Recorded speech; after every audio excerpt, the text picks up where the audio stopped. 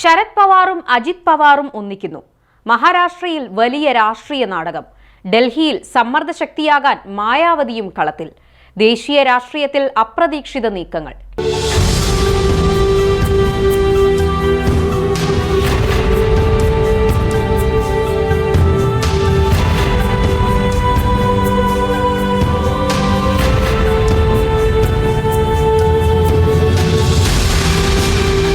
പാർട്ടിയടക്കം വിഭജിച്ച് വേർപിരിഞ്ഞു നിൽക്കുന്ന NCPയിലെ ശരത് പവാറും അജിത് പവാറും വൈരം മറന്ന് ഒരുമിക്കാൻ പോകുന്നു. NCP SP വിഭാഗം മേധാവി ശരത് പവാറും NCP നേതാവും മഹാരാഷ്ട്ര ഉപമുഖ്യമന്ത്രിയുമായ അജിത് പവാറും അധികം വൈകാതെ ഒന്നിക്കുമെന്ന സൂചന നൽകിയത് പാർട്ടി നേതാവ് പ്രഫുൽ പട്ടേലാണ്.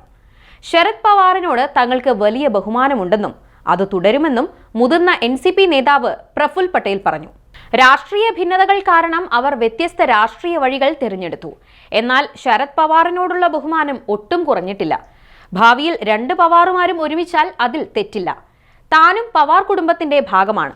ആ കുടുംബം എന്നും ഒറ്റക്കെട്ടായി പോകുവാൻ അതിയായി ആഗ്രഹിക്കുന്നു. ശരത് പവാറിനെ അദ്ദേഹത്തിന്റെ ജന്മദിനത്തോടനുബന്ധിച്ച് അജിത് പവാറും താനും ഡൽഹിയിൽ വെച്ച് കണ്ടുവെന്നും പ്രഫുൽ പട്ടേൽ വെളിപ്പെടുത്തി. NCPയുടെ പിളർപ്പിന് മുൻപ് ശരത് പവാറുമായി വലിയ അടുപ്പമുള്ളയാളായിരുന്നു പ്രഫുൽ പട്ടേൽ. പാർട്ടിയിലും കുടുംബത്തിലും ഉണ്ടായ പിളർപ്പിനെ തുടർന്നാണ് ബന്ധം വഷളായത്. മഹാരാഷ്ട്ര രാഷ്ട്രീയത്തിലെ അതികായരായ ശരത് പവാറിനോടും അജിത് പവാറിനോടും അടുപ്പമുള്ള ചിലർ ഇരുവരെയും ഒരുമിച്ച് കൊണ്ടുവരാനുള്ള ദൗത്യത്തിൽ ഏർപ്പെട്ടിരിക്കുകയാണ്. സംസ്ഥാന തെരഞ്ഞെടുപ്പിൽ അജിത് പവാർ തന്റെ കഴിവ് തെളിയിച്ചു. അതിനാൽ ശരത് പവാർ തന്റെ രാഷ്ട്രീയ അവകാശി അജിത് പവാറിന് അനുഗ്രഹം നൽകണമെന്നാണ് ഒരു വിഭാഗം NCP നേതാക്കൾ പറയുന്നത്. അതിനു പകരം ശരത് പവാറിന്റെ മകൾ സുപ്രിയ സുലെയെ കേന്ദ്രത്തിൽ മന്ത്രിയാക്കിക്കൊണ്ട് കേന്ദ്ര രാഷ്ട്രീയത്തിൽ സജീവമാക്കാനും ആലോചന നടക്കുന്നു. പ്രഫുൽ പട്ടേലിന്റെ പ്രസ്താവനയ്ക്ക് പിന്നാലെ ശരത് പവാറും അജിത് പവാറും ഒരുമിക്കുന്നതിന്റെ സാധ്യതകൾ മഹാരാഷ്ട്രയിലെ രാഷ്ട്രീയ കേന്ദ്രങ്ങളിൽ വലിയ ചർച്ചയാകുന്നുണ്ട്. അതേസമയം NCPയെ വിമർശിച്ച് ശിവസേന നേതാവ് സഞ്ജയ് റാവത്ത് രംഗത്തെത്തി.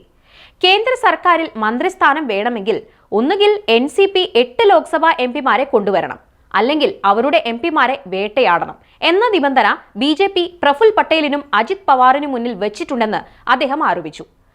ആ നിബന്ധന പാലിക്കുന്നതിൽ NCP പരാജയപ്പെട്ടാൽ പ്രഫുൽ പട്ടേലിന് മന്ത്രിസ്ഥാനം നൽകില്ല. അതുകൊണ്ട് പട്ടേലിന്റെ പ്രസ്താവനയ്ക്ക് പിറകിൽ വലിയ രാഷ്ട്രീയ കുബുദ്ധിയുണ്ടെന്നാണ് സഞ്ജയ് റാവത്ത് പറയുന്നത്. പ്രധാനമന്ത്രി നരേന്ദ്രമോദിയുടെ മന്ത്രിസഭയിൽ മന്ത്രിയാകാൻ ശരത് പവാറിന്റെ നേതൃത്വത്തിലുള്ള NCP SPയുടെ 8 ലോക്സഭാ MPമാരെ വേട്ടയാടാനുള്ള ശ്രമത്തിലാണ് പ്രഫുൽ പട്ടേൽ. എന്നാൽ ഈ നീക്കം ഫലം കാണില്ലെന്ന് റാവത്ത് നിരീക്ഷിക്കുന്നു. ദേശീയ രാഷ്ട്രീയത്തിൽ വലിയൊരു തിരിച്ചുവരവിന് ശ്രമിക്കുന്ന BSPയും ഇപ്പോൾ വാർത്തകളിൽ നിറയുന്നു. വരാനിരിക്കുന്ന നിയമസഭാ തെരഞ്ഞെടുപ്പിൽ ഡൽഹിയിലെ എല്ലാ സീറ്റുകളിലും BSP മത്സരിക്കാനൊരുങ്ങുകയാണ്. സ്ഥാനാർത്ഥികളുടെ ആദ്യ പട്ടിക ജനുവരി പകുതിയോടെ പുറത്തിറക്കിയേക്കും എന്നാണ് വിവരം. 70 സീറ്റുകളാണ് ഡൽഹി നിയമസഭയിലുള്ളത്. നഗരത്തെ 5 സോണുകളായി തിരിച്ചിട്ടുണ്ടെന്നും എല്ലാ സോണുകളിലും സ്ഥാനാർത്ഥികളെ അന്തിമമാക്കുന്നതിനുള്ള നടപടികൾ പുരോഗമിക്കുകയാണെന്നും പാർട്ടി വൃത്തങ്ങൾ പറഞ്ഞു. സ്ഥാനാർത്ഥി നിർണയത്തിന്റെ മേൽനോട്ടം വഹിക്കാൻ ഓരോ സോണുകളിലും കോർഡിനേറ്റർമാരെ നിയോഗിച്ചിട്ടുണ്ട്. ഈ കേന്ദ്ര കോർഡിനേറ്റർമാർ അവരുടെ ശുപാർശകൾ അന്തിമമാക്കി BSP നേതാവ് മായാവതിക്ക് അയച്ചു കൊടുക്കും. സ്ഥാനാർത്ഥികളെ സംബന്ധിച്ച അന്തിമ തീരുമാനം ഈ ശുപാർശകളുടെ അടിസ്ഥാനത്തിലായിരിക്കും. ജനുവരി 15-നകം സ്ഥാനാർത്ഥി പട്ടികയ്ക്ക് അന്തിമ രൂപം നൽകുമെന്നാണ് പ്രതീക്ഷിക്കുന്നത്. 2020 നിയമസഭാ തെരഞ്ഞെടുപ്പിലും BSP ഡൽഹിയിലെ 70 സീറ്റുകളിലും മത്സരിച്ചിരുന്നു. എന്നാൽ ഒരിടത്തുപോലും പാർട്ടിക്ക് ജയിക്കാനായിരുന്നില്ല. ഇത്തവണ ഡൽഹിയിൽ ഭരണകക്ഷിയായ ആം ആദ്മി പാർട്ടിയും BJPയും തമ്മിലാണ് പ്രധാന പോരാട്ടം നടക്കുന്നത്. ഇവർക്കിടയിൽ ഒരു സമ്മർദ്ദ ശക്തിയാവുകയാണ് BSPയുടെ പ്രധാന രാഷ്ട്രീയ ലക്ഷ്യം.